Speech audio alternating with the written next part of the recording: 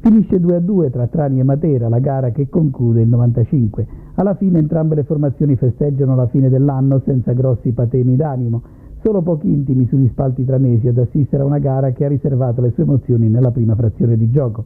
Malgrado le raccomandazioni, evidentemente i biancazzurri non hanno ritenuto di stare bene attenti sin dall'avvio. L'inizio di gara è stato a dir poco micidiale per la formazione di Carlo Florimbi. 2 distrazioni e la squadra pugliese ha inferto un KO che poteva tramortire qualsiasi avversario. Al 7° minuto è stato Nocera a portare in vantaggio i pugliesi e sull'onda dell'entusiasmo con i materani ancora increduli, un minuto dopo Segreto ha sorpreso ancora impreparata la difesa biancazzurra.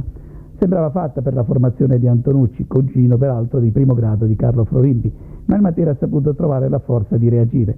Al 12° il Matera fruisce di un calcio di punizione e Falaguerra trova il varco giusto per accorciare le distanze e continuare nella sua serie d'oro.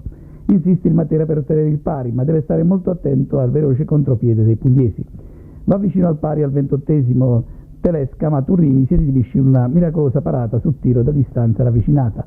Al 36° però il Matera riesce a cogliere i frutti della sua pressione.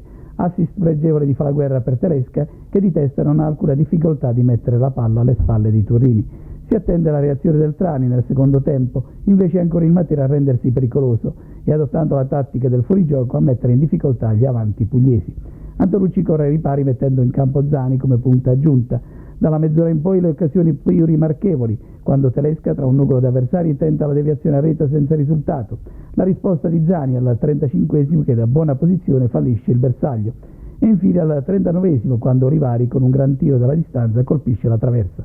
Un pari tutto sommato che ha rispecchiato i valori in campo e che dà al Trani il segno di una certa ripresa e al Matera l'opportunità di continuare a credere che non è ancora perduto niente, anzi con un po' più di fortuna si poteva festeggiare la terza vittoria consecutiva.